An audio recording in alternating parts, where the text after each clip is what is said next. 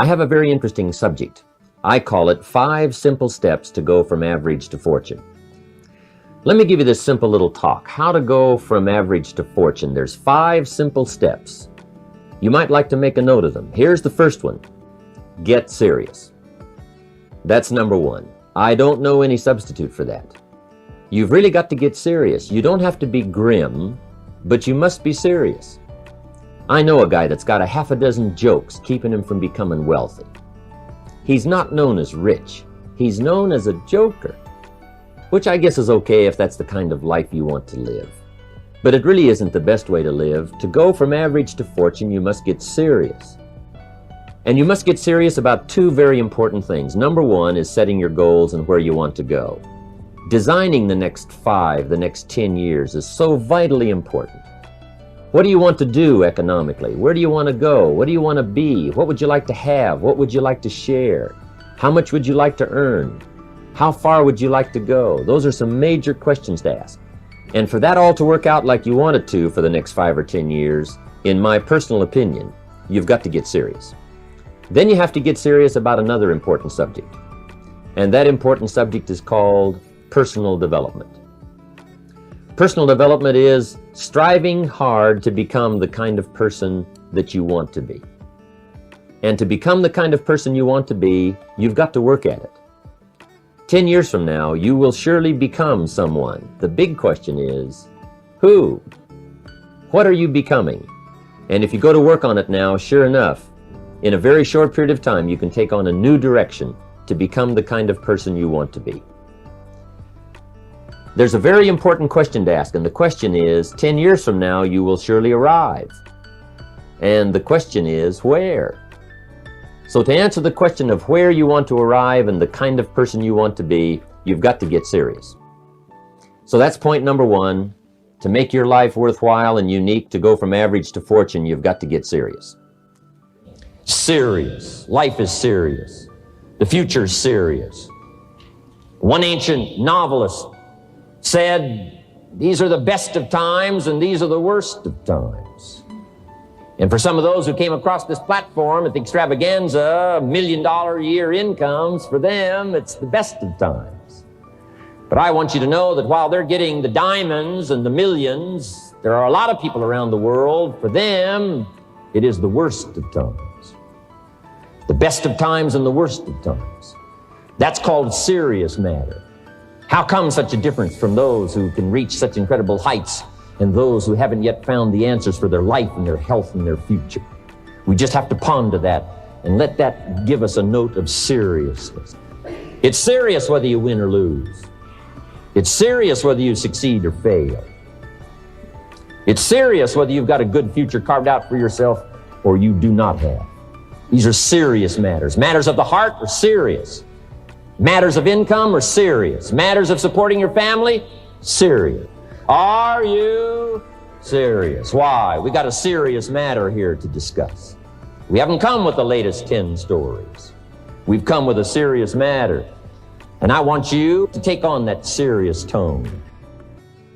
Now, the second point is get smart. To make your life work out worthwhile, you've got to have some ideas. You've got to have the information. So you've got to be smart. In fact, in this decade, you must be much smarter than you were in the last decade.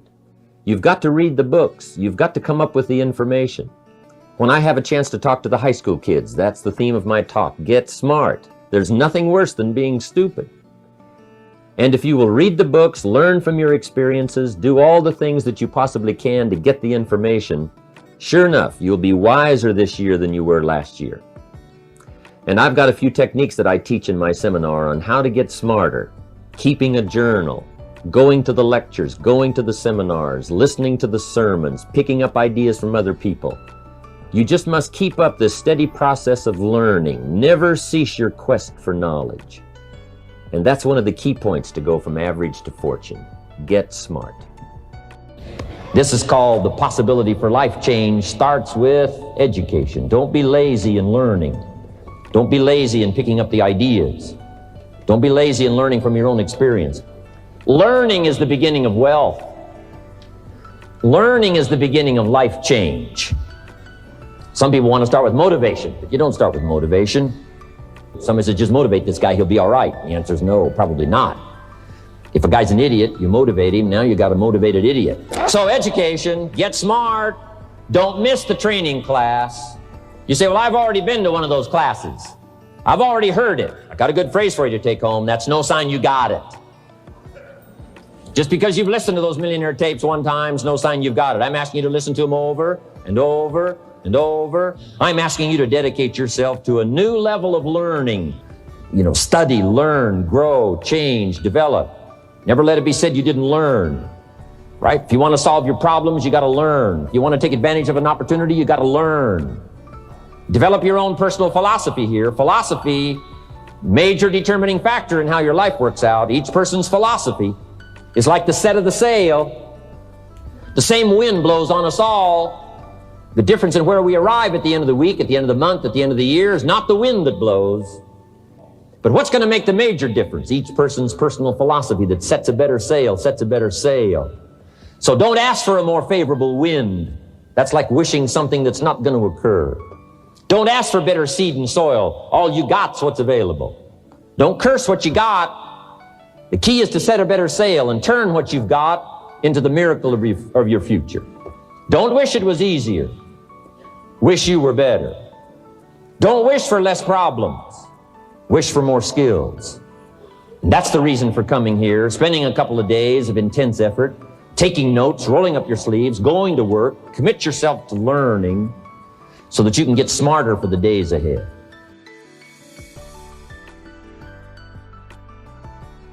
Now here's number 3. You've got to get going.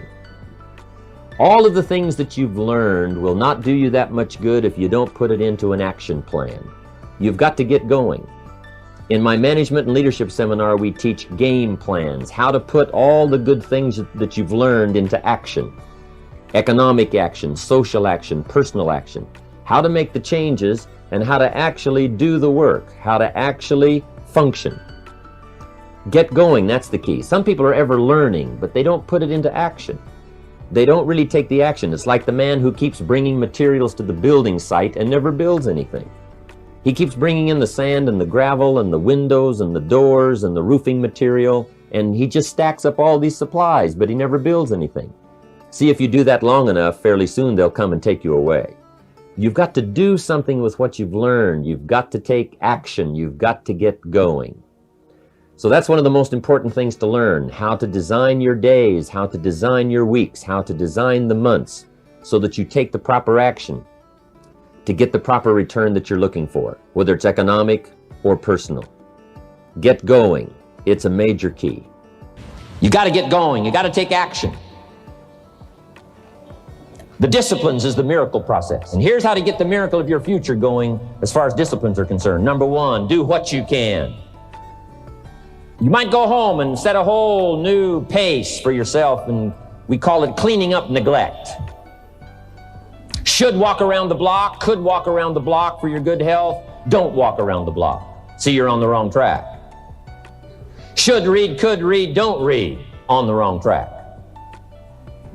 Should call, could call, don't call. On the wrong track.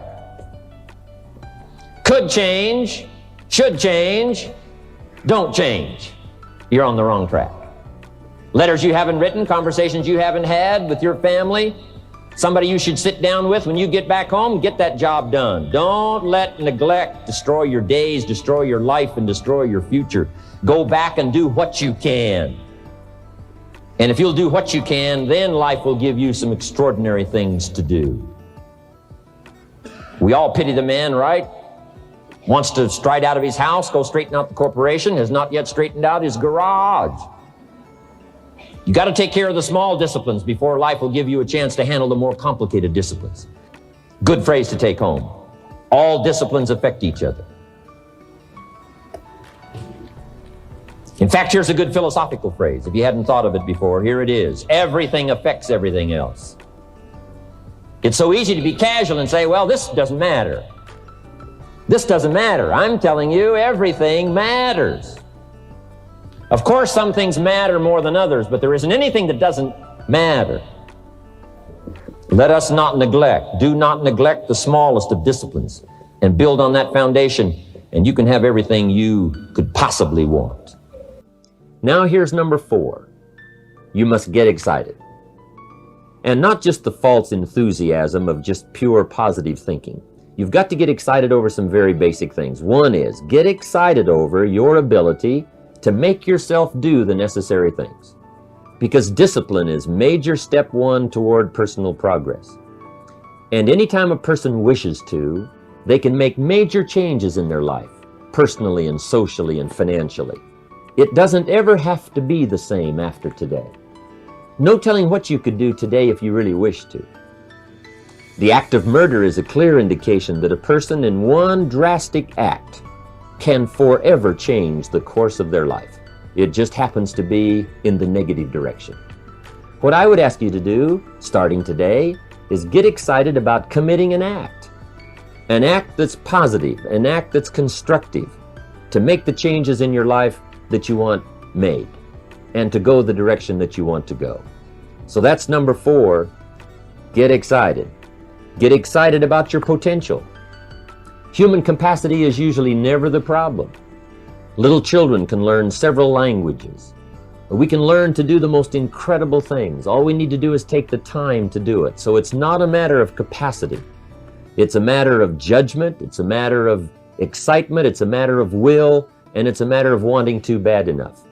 So it's pretty exciting to know that any day you wish, you can change your life. Any day you pick out, you can make major changes. It doesn't ever have to be the same again. And that's exciting. Knowing that intellectually and personally, you can actually do the things that will make major changes in your life. That's number 4. Excitement that runs deep is the excitement that really lasts for a lifetime, not surface excitement. I'll tell you what's really going to serve you well, and that's the excitement you feel inside that isn't even probably expressed on the outside, the excitement that runs deep, the excitement that stirs commitment, the excitement that stirs courage. Give me the chance and I will get the job done. That kind of excitement.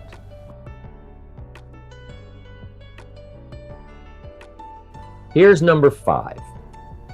Number 5 is get away. I have found, especially in the last 15-20 years, that there's an important thing called life balance.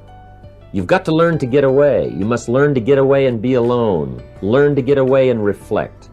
Learn to get away and learn how to live as well as how to earn. How sad it would be to learn how to earn well, but not learn how to live well. You must balance your life. We teach something, especially in my staff, I teach something called lifestyle. Lifestyle is how you learn to live your life. Some people have money, but they don't even know how to spend it. They have time, but they don't know how to spend it. Some people are successful, but they don't know how to spend their success. They don't know what to do with it.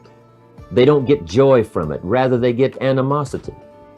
A father takes $5, crushes it, and throws it at his son and says, if you need it that bad, take it.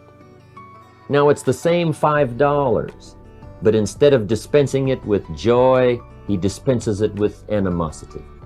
That's the difference in not knowing how to live. It's called lifestyle. Then you've got to take time to cultivate good friends. You've got to take time to be with your family. You've got to take time to be with the people who are important to you, designing your life in those respects. Get away. Take the time. Reflect on your life. Recharge your batteries. Do some growing away from your enterprise. Then when you come back to your enterprise, after you have taken this time to balance your life, you will find that on the job, working on your enterprise, things will really go much better. So those are the 5 simple steps to go from average to fortune. Get serious, get smart, get going, get excited, and get away. I hope those points will be valuable for you as you consider them. And I want to thank you for giving me this few minutes of your time. And for you giving me some of your time, I would just like to sincerely share this with you. Do not walk in front of me. I may not follow. Do not walk behind me. I may not lead. But walk beside me and be my friend. Thank you for listening.